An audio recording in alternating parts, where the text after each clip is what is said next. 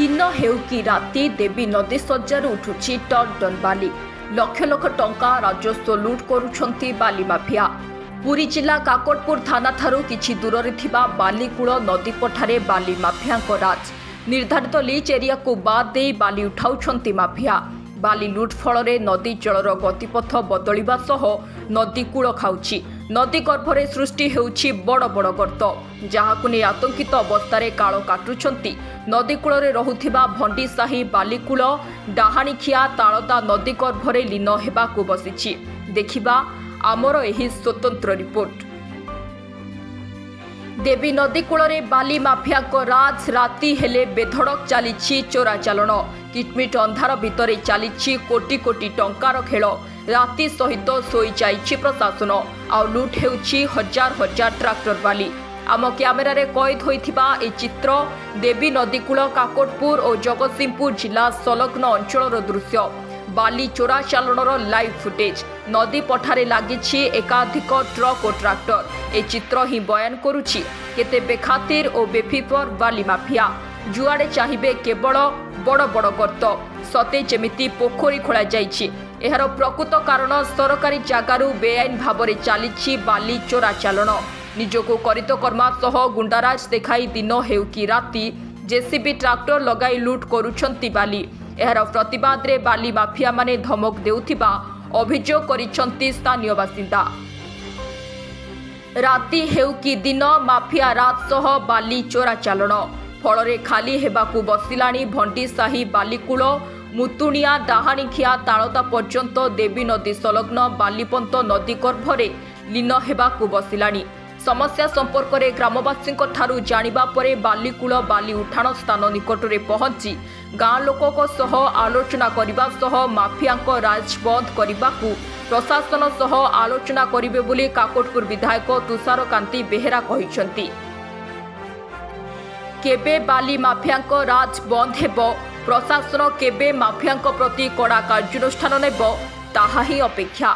डाहाणीखिया ग्रामवासी वृंद प्रथम आमर जो बाली उठार अभियोग होमर मुतुणिया बालीकूल आ तालदा आ डाहाणीखिया ग्राम ये जदि बाली उठा जाए ये तीन चारि खंडी ग्राम पूरा बन्या जल बुड़ीज भी खाईज। ये 4-5 एकर जंगल अच्छी जंगल भी बहुत नष्ट हो अभी बाली जबरदस्त उठाऊँ।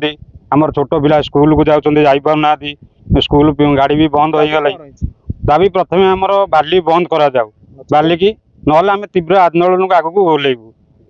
बालीकूलर बासिंदा शर्मिष्ठा दलाई। बाली माफिया मैंने आज की 2 मास है बाली उठाउछंती किंतु ताको आमे किछि प्रतिवाद करि नथिलु। जो लोक दउछि आमर किछि प्रतिवाद से नथिला किंतु एबे कोन हैला ना से आम राति 12 रे आम गाँ भीतर देकी गाड़ी 8-10टा गाड़ी नेले से ब्रेक कलु। मु एसएचजी माँ मानू नहीं आसिली कि मोर जो रोडटा जो एमती कले क्षति बहुत हम मो गाँव ना भी स्कूल दाढ़ाटा भी मो पिला पाठ पढ़ी पारे बहुत असुविधा से मुझे एसएचजी माँ मानू आनिकी रुका रुकी कली। तापर कौन है ना से गुड़ी फुड़ी धरिकी आमको फायरिंग करने बाहर ए मर्डर करदेबू बुझल बुझल देखेला। तापर हूँ जो राति 12 तो आउ मोबाइल आम लाइट किसी नाला ना आम रेकर्डिंग कर छाड़ी था। हाँ आम देचु रिपोर्ट दीचु। आमर गोटे जिनिस जे आमर बाली माफिया माने एठू बाली बंद कर टोटल बाली बंद कर दियंतु। आगामी दिन में आम गोटे पोको माछी भी मो गाँव में पुरई देविनी टोटल समस्त को हाणीबी। ग्रामवासी मैंने आपण आज आछंती आम घरटा हूँ खोद देवी नदी पाखरे देवी नदी कूल बन्या टिके हेले आम नदी दी कूल खाइब आम बाली उठाऊँ बाली माफिया किसी आसी आम तीव्र बंद कर सी हूँ मानु ना माने बेपायदा अश्लील अपव्यवहार करुँच मारणास्त्र देखा आम जिते कहले भी से सुधुरियार ना से आम आग को आहरी तीव्र आंदोलन हम आम दाबी आमर बाली एठू न उठू बाली उठले आमर ये गाँ चारि खंडी मौजा भी रही। आपण कथा मुझे बुझुची बर्तमान पाखापाखि 10-15 दिन तले ବାଲିକୂଳ ମୁତୁଣି ଏବଂ ଭଣ୍ଡିସାହିର ଜନସାଧାରଣ ଯାଇ ମୋ ପାଖରେ ପହଞ୍ଚିଥିଲେ। ଆପଣ ଏଠି ଦେଖିପାରୁଥିବେ ଯୋଉ ନଈର ଧାରଟି ବର୍ତ୍ତମାନ ଏଠି ପଠା ପଡିଛି, ଏଠି ଆଗରୁ ପାଣି ଆସୁଥିଲା। ପଠା ପଡିବା ପରେ କିଛି ଲୋକ କହୁଛନ୍ତି ଯେ ଆମେ ଏଇଟା ବାଲିଘାଟଟା ନେଇଛୁ, ସେମାନେ ନେଇଛନ୍ତି ଯାହା ତାଙ୍କର କ୍ଲେମ କରୁଛନ୍ତି। ଡେପୁଟି ଡାଇରେକ୍ଟର ମାଇନିଂ ପାଖରୁ ମୁଁ ପଚାରି ବୁଝୁଥିଲି, ସେମାନେ ଲତାହରଣ ମୌଜାର ନେଇଛନ୍ତି। ଲତାହରଣ ମୌଜାର କିଛି ଅଂଶ ଦେବୀ ନଦୀର ବାମ ପାର୍ଶ୍ୱରେ ଅଛି, କିନ୍ତୁ ଏଇ ଯୋଉ ଜାଗାରେ ଆମେ ଛିଡା ହେଇଛି ଯୋଉଠୁ ବାଲି ଉଠଉଛନ୍ତି ଏଟା ହେଲା ବାଲିକୂଳ, ଏଟା ଭଣ୍ଡିସାହି ମୌଜାର। ଭଣ୍ଡିସାହି, ମୁତୁଣିଆ, ବାଲିକୂଳ ଏବଂ ଜଗତସିଂହପୁର ଡାହାଣିକିଆ ଏଇ 4ଟି ଗାଁ ସମ୍ପୂର୍ଣ୍ଣ ଭାବରେ ପୁରା ଧ୍ୱସ୍ତ ବିଧ୍ୱସ୍ତ ହେଇଯିବ। ଆପଣ ଜାଣିଥିବେ ଏଠି ଯେହେତୁ ଯୋଉ ଲୁଣା ବନ୍ଧ ତାର ଉନ୍ନତିକରଣ କରିବା ପାଇଁ, ତାକୁ ସୁଦୃଢୀକରଣ କରିବା ପାଇଁ ବିଗତ ଦିନରେ ମାନ୍ୟବର ମୁଖ୍ୟମନ୍ତ୍ରୀଙ୍କ ନେତୃତ୍ୱରେ ଯୋଉ ଷ୍ଟେଟ ଲେବୁଲ ନ୍ୟାଚୁରାଲ କାଲାମିଟି କମିଟିର ମିଟିଂ ହେଇଥିଲା, ସେଠି ମୁଁ ପ୍ରସ୍ତାବ ରଖିଛି।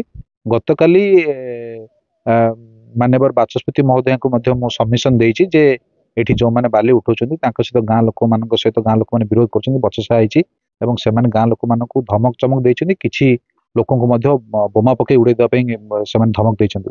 ତେଣୁ ଏସପି ମହୋଦୟଙ୍କୁ ମଧ୍ୟ ମୁଁ ଗତକାଲି ଇନଫର୍ମ କରିଥିଲି। ଗତକାଲି ଏସଡିପିଓ ମହୋଦୟ ମଧ୍ୟ ଆସିଥିଲେ, ଥାନାରେ ବସି ଆଲୋଚନା ହେଇଛି। ତାଙ୍କର କ'ଣ କାଗଜପତ୍ର ଅଛି, ଯୋଉମାନେ ନେଇଛନ୍ତି ଏଠି ବାଲିଘାଟଟା ନେଇଛନ୍ତି ସେମାନେ କାଗଜପତ୍ର ଦେଖେଇବେ। ବ୍ୟୁରୋ ରିପୋର୍ଟ, ସମ୍ପର୍କ ନ୍ୟୁଜ ଓଡ଼ିଆ।